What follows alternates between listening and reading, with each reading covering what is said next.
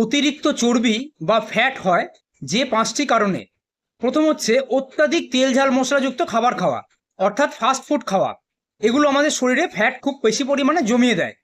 শারীরিক পরিশ্রম না করা, অলসতা, অর্থাৎ আমি সারাদিন শুয়ে বসে রয়েছি, সেই অর্থে আমার শরীরে কোনো ফ্যাট বার্ন হচ্ছে না বা ক্যালোরি বার্ন হচ্ছে না।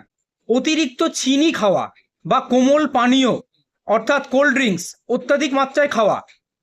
পর্যাপ্ত ঘুম না হলেও ফ্যাট জমে শরীরে। ধরুন কারোর হয়তো মানসিক স্ট্রেস বা যে কোনো কাজের কারণে সারাদিনে 7 থেকে 8 ঘন্টা ঘুমোচ্ছে না, সেক্ষেত্রেও শরীরে ফ্যাট জমবে।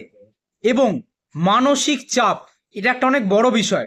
মানসিক চাপ, স্ট্রেস, কাজের জায়গায় স্ট্রেস, অটোমেটিক্যালি আমার ফিজিক্যাল মুভমেন্ট খুব কম হয়, তাই জন্যে ফ্যাট শরীরে জমে। এই পাঁচটি কারণে প্রধানত দেখা যায় যে আমাদের শরীরে ফ্যাট জমে। কারোর কারোর বংশগত আছে বা কোনো জিনগত বা হরমোনাল ডিসঅর্ডার থাকতে পারে, কিন্তু এই পাঁচটি কারণে হচ্ছে প্রধান। তাই একটু খুঁজে বার করার চেষ্টা করব, আমরা চেষ্টা করব এই জিনিসগুলো যেন আমার সঙ্গে না ঘটে, যাতে আমার অত্যাধিক স্থূলতা না হয়। ধন্যবাদ।